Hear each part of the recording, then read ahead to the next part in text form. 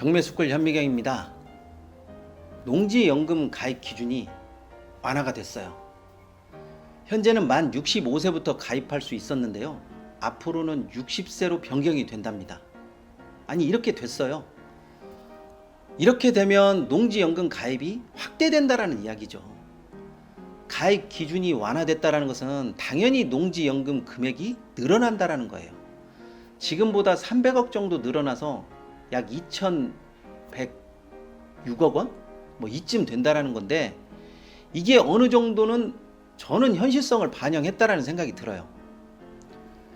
솔직히 그동안 농지연금 평가액을 산정하기 위해서 공시지가와 감정평가 중 유리한 것을 선택한다고 해도 농지연금 평가액은 현 시세를 어찌됐건 제대로 반영하지 못해서 빈측을 사온 것은 사실이잖아요. 솔직히 노령 농업인의 소득 안정을 내세우기는 했지만 농지연금 가입 조건을 완화한 것은 토지 가격이 상승한다고 하더라도 농지연금액이 늘어나지 않는다라는 단점이 크게 작용했을 것이라고 저는 봐요. 농지연금 제도를 제대로 활용하기 위해 첫 번째는 농지 매입 금액을 낮춰야 해요. 어떤 식으로든 농지 가격을 낮춰서 매입해야 하고 공시지가는 높게 올라가는 구조를 만들어야 돼요. 그게 누구냐고요? 당연히 투자자죠. 저는 이 연금 상품도 투자의 측면으로 봐요. 그렇기 때문에 그동안 출구 전략을 농지연금으로 생각하고 농지를 경매나 공매로 낙찰받은 분들은 농지 가격이 크게 상승해서 과연 이 농지를 농지연금으로 던지는 것이 나은지, 아니면 목돈을 만지기 위해 일반 매매로 거래를 할 것인지 행복한 고민을 해야 될 필요성이 있다라고 봅니다. 지난 시간에 찾아보시면 제가 소개를 했는데요. 2017년도에 5,800만 원 정도의 낙찰을 받았는데 지금 공시지가 기준으로 2억이 넘어가 버린 물건. 이 물건 과연 농지연금 측면에서 보게 되면 어떨까요? 저는 진짜 꽤 쏠쏠한 토지가 될 거라고 봐요. 물론 제약이 좀 있죠. 제약이 있기는 하지만 그런다고 하더라도 이 제약 조건을 돌파하는 것이 목적이지, 그렇지 않고 그냥 뭐 여기는 어쩔 수 없어 이렇게 하게 된다면 농지 매입 가격 자체가 올라가고 농지연금으로서의 효용성이 좀 떨어지는 거죠. 뭐 경매로 낙찰받았는데 임야화된 농지를 밭으로 만들었다. 그래서 유실수를 심었다.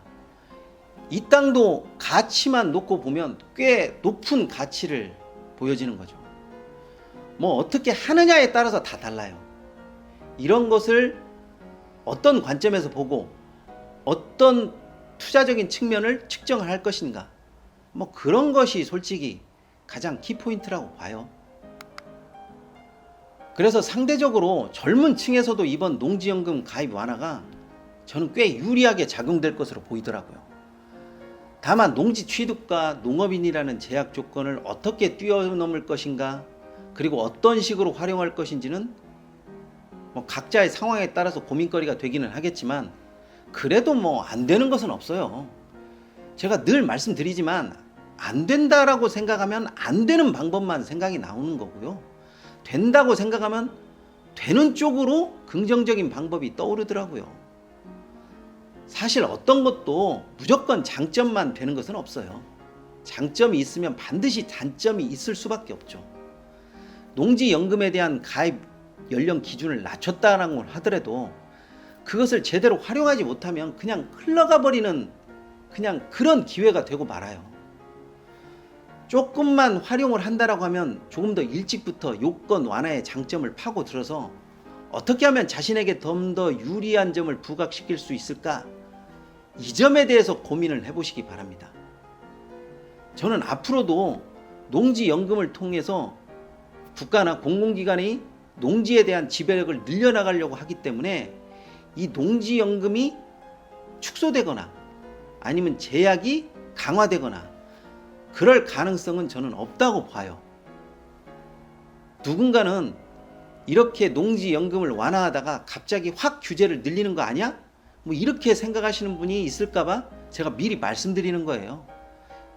늘리면 늘렸지 줄어들 가능성은 별로 없어 보여요.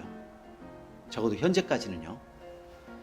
농지 투자에 대한 것을 단지 농민만 아니면 농업인만 그렇게 생각하는 틀에서 벗어나서 노후를 위해서 혹은 좀 더 나은 미래를 위해서 저는 충분히 도전할 만한 가치가 있다라고 생각을 해요.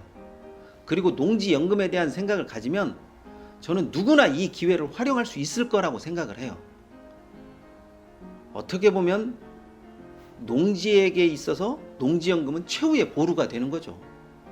농지로 이것저것 활용해보다가 안 되면, 그리고 정 활용할 만한 방안이 없으면 그래도 농지연금이 있다라는 그 생각이 있기 때문에 뭐 어찌됐건 훨씬 더 토지 투자가 좀 수월해질 수 있다라고 봐요. 농지연금은 다른 연금과 중복되지 않아요. 굉장히 큰 장점이죠. 국민연금을 받아도 농지연금을 깎이지 않은 상태에서 그대로 받을 수 있다는 거죠. 그렇기 때문에 꽤 훌륭한 노후 보장 제도가 될 수가 있고요. 지금부터 주변에 어떤 농지가 있나 한번 보십시오. 그것이 경매도 좋고 공매도 좋고 누구인가 쓸모가 없어서 증여받아도 좋습니다. 저렴하게 살 수만 있다면요, 나머지는 만들기 나름이고요, 고치기 나름이에요. 아까 보셨듯이 임야화된 농지의 나무를 베어서 밭을 만들고 풀이 잔뜩 있는 곳에 유실수 묘목을 심어서 농지연금으로 활용하는 것, 이런 생각 자체가 저는 일단은 첫 발을 띄었다고 봐요.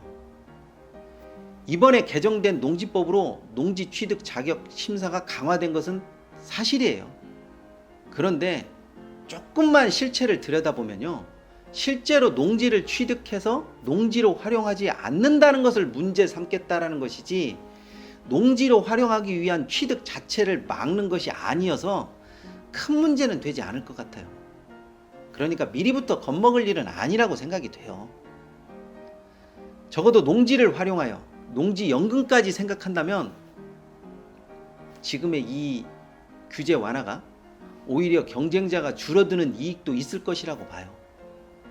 제 생각에 아마 단기 이익을 노리고 농지를 취득하려는 사람은 어느 정도는 좀 줄어들 것으로 보여요. 왜냐하면 농지연금으로 활용하기 위해서는 적어도 중장기로 보유해야 하니까요. 기회가 오면 기회를 잡는 사람과 기회를 놓치는 사람의 차이는요, 처음에는 별 차이가 없어도 시간이 지나면 지날수록 차이가 굉장히 커져요. 제가 이것 한 가지는 확실하게 말씀드릴 수가 있는 것 같아요. 저도 이제까지 농지연금용 토지를 꽤 많이 찾았고 꽤 많이 활용을 한다라고 생각을 했는데 농지연금까지 간 적은 없어요. 왜냐? 중간에 가치가 크게 뛰어서 그냥 일반 매매로 돌려서 판 적은 몇 번 있어요. 아마 여러분도 안 되면 농지연금이라도 던진다라고 생각을 하시게 되면 주변에 보이는 정말 쓸모없는 농지가 아마 다르게 보일 거요. 그런 농지를 한번 찾아보시기 바랍니다. 물론 저도 눈에 불을 켜고 찾으려고 할 겁니다. 좋아요와 구독하기는 꼭 좀 눌러주시고요. 잊지 말고 알림 설정도 부탁드립니다. 궁금한 사항이 있으시면 댓글 달아주시고요. 보고 싶은 물건이나 아니면 자신이 처한 상황에 따른 부동산 문제에 대한 궁금증도 아니면 어려움도 댓글 달아주시기 바랍니다. 제가 아는 한 최선을 다해서 답변 달아놓도록 하겠습니다. 이번 시간은 여기까지 하도록 하겠습니다.